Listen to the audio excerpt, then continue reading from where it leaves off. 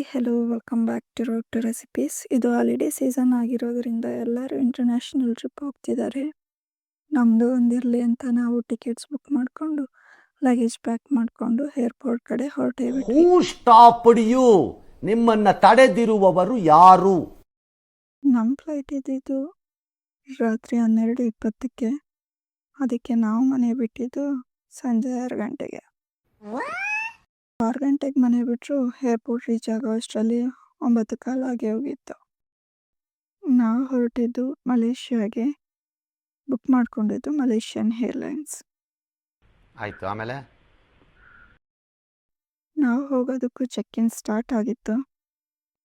Check in ಎಲ್ಲ ಮಾಡಿ immigration ಎಲ್ಲ ಮುಗಿಸೋ ತನಕ 10:30 ಆಗಿತ್ತು.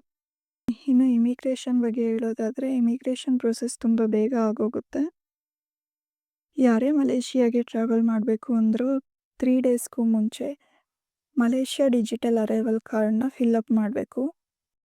Malaysia digital arrival card registration ಮಾಡೋದಕ್ಕೆ ಬ್ರೌಸರಲ್ಲಿ ಮಲೇಷ್ಯಾ ಡಿಜಿಟಲ್ ಅರೈವಲ್ ಕಾರ್ಡ್ ಅಂತ ಸರ್ಚ್ ಮಾಡಿದ್ರೆ ಅಥವಾ MDOC ಅಂತ ಸರ್ಚ್ ಮಾಡಿದ್ರೆ ವೆಬ್ಸೈಟ್ ಓಪನ್ ಆಗುತ್ತೆ.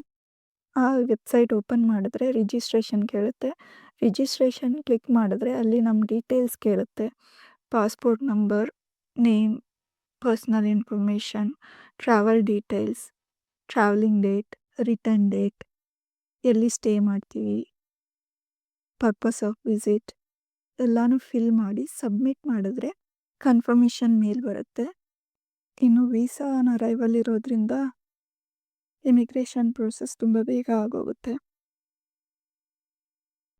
ಸರಿ ಅಂತ ಲಾಂಜ್ ಆಕ್ಸೆಸ್ಗೆ ಹೋದರೆ ಅಲ್ಲಂತೂ ತುಂಬ ಜನ. ಅದಕ್ಕೆ ಅಲ್ಲೇ ಒಂದು ರೆಸ್ಟೋರೆಂಟಲ್ಲಿ ಪಿಜ್ಜಾ ಪಾಸ್ತಾ ಆರ್ಡ್ರ್ ಮಾಡ್ಕೊಂಡು ತಿನ್ಕೊಂಡ್ವಿ. ಅಷ್ಟೊತ್ತಿಗೆ ಬೋರ್ಡಿಂಗ್ ಕೂಡ ಸ್ಟಾರ್ಟ್ ಆಯಿತು. ಫ್ಲೈಟ್ ಕೂಡ 12:20ಗೆ ಕರೆಕ್ಟಾಗಿ ಸ್ಟಾರ್ಟ್ ಆಯಿತು. 1 ಗಂಟೆಗೆ ಮಲ್ಕೊಳ್ಳೋ ಟೈಮಲ್ಲಿ ಊಟ ಕೊಟ್ಟರು. ಈ ಕಡೆ ಊಟ ಮಾಡಬೇಕಾ ಇಲ್ಲ ಮಲ್ಕೋಬೇಕು ಅನ್ನೋ ಕನ್ಫ್ಯೂಷನಲ್ಲಿ ವಿಡಿಯೋ ತಗೊಳ್ಳೋದೇ ಮರ್ತಾಯಿತ್ತು. ಇನ್ನು ಊಟ ಮಾಡಿ ನಿದ್ದೆ ಬರೋ ಅಷ್ಟರಲ್ಲಿ ಮಲೇಷ್ಯಾಗೆ ಬಂದೇ ಬಿಟ್ವಿ. ಮಲೇಷ್ಯಾಗೆ ಇಂಡಿಯಾದಿಂದ 3.5 hour ಜರ್ನಿ. ನಾವು ಮಲೇಷ್ಯಾಗೆ ರೀಚ್ ಆದಾಗ 7:20 ಆಗಿತ್ತು. ಇಂಡಿಯಾಗೂ ಮಲೇಷ್ಯಾ 2.5 hour ಡಿಫ್ರೆನ್ಸ್ ಇರುತ್ತೆ. ಇನ್ನು ಕರೆನ್ಸಿ ಬಗ್ಗೆ ಹೇಳೋದಾದರೆ ಅವ್ರದ್ದು 1 ರಿಂಗೆಟ್ಗೆ ನಾವು 22 rupees ಕೊಡಬೇಕಾಗತ್ತೆ. ಕೋಲಾಲಂಪುರ್ ಇಂಟರ್ನ್ಯಾಷನಲ್ ಏರ್ಪೋರ್ಟ್ ತುಂಬ ದೊಡ್ಡದಿರೋದ್ರಿಂದ ನಾವು ಎಲ್ಲಿ ಹೋಗ್ತೀವಿ ಎಲ್ಲಿ ಬರ್ತೀವಿ ಗೊತ್ತೇ ಆಗೋದಿಲ್ಲ. ಫ್ಲೈಟ್ ಹಿಡಿದು ಲಗೇಜ್ ಕಲೆಕ್ಷನ್ಗೆ ಮೆಟ್ರೋದಲ್ಲಿ ಇನ್ನೊಂದು ಲೊಕೇಶನ್ಗೆ ಬಂದ್ವಿ. ಇಮಿಗ್ರೇಷನ್ ಮುಗಿಸಿ ಲಗೇಜ್ ಕಲೆಕ್ಟ್ ಮಾಡ್ಕೊಳ್ಳೋ ಅಷ್ಟರಲ್ಲಿ 8:30 ಆಯಿತು.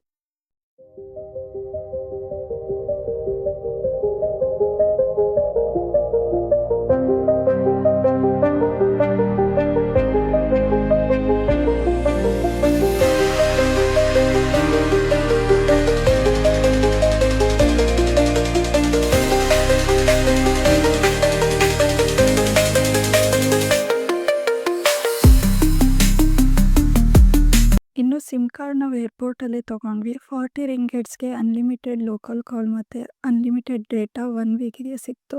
trip.com ಅಲ್ಲಿ ನಾವು ಫ್ಲೈಟ್ಸ್, ಹೋಟೆಲ್, ಕ್ಯಾಬ್ಸ್ ಬುಕ್ ಮಾಡ್ಕೊಬೋದು. ಗ್ರ್ಯಾಬ್ ಆ್ಯಪಲ್ಲಿ ಕೂಡ ನಾವು ಕ್ಯಾಬ್ ಮತ್ತು ಫುಡ್ ಆರ್ಡ್ರ್ ಮಾಡ್ಕೊಬೋದು. ಅದರಲ್ಲಿ ತುಂಬ ಕಡಿಮೆಗೆ ಸಿಗುತ್ತೆ ಕ್ಯಾಬ್ಸ್ ಮತ್ತು ಫುಡ್ಡೆಲ್ಲ. ನಾವು ಎಲ್ಲಿಂದ ಎಲ್ಲಿಗೆ ಹೋಗ್ಬೇಕಂದ್ರೂ ಗ್ರ್ಯಾಬ್ ಯೂಸ್ ಮಾಡ್ತಾಯಿದ್ವಿ. ಇನ್ನು ಗ್ರ್ಯಾಬ್ ಜೊತೆಗೆ ಲೋಕಲ್ ಟ್ರಾನ್ಸ್ಪೋರ್ಟೇಷನ್ಸ್ ಕೂಡ ಅವೈಲೇಬಲ್ ಇರುತ್ತೆ. ಲೋಕಲ್ ಟ್ರಾನ್ಸ್ಪೋರ್ಟೇಷನ್ಸಲ್ಲಿ ಇನ್ನೂ ತುಂಬ ಕಮ್ಮಿಗೆ ವರ್ಕೌಟ್ ಆಗುತ್ತೆ.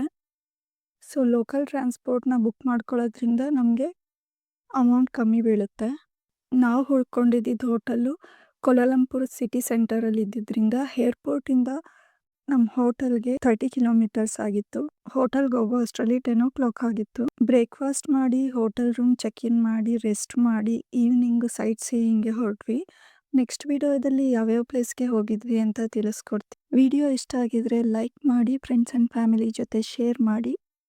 ಇನ್ನು ಸಬ್ಸ್ಕ್ರೈಬ್ ಆಗಿಲ್ಲ ಅಂದರೆ ಸಬ್ಸ್ಕ್ರೈಬ್ ಮಾಡಿ, ಸಪೋರ್ಟ್ ಮಾಡಿ. Thank you.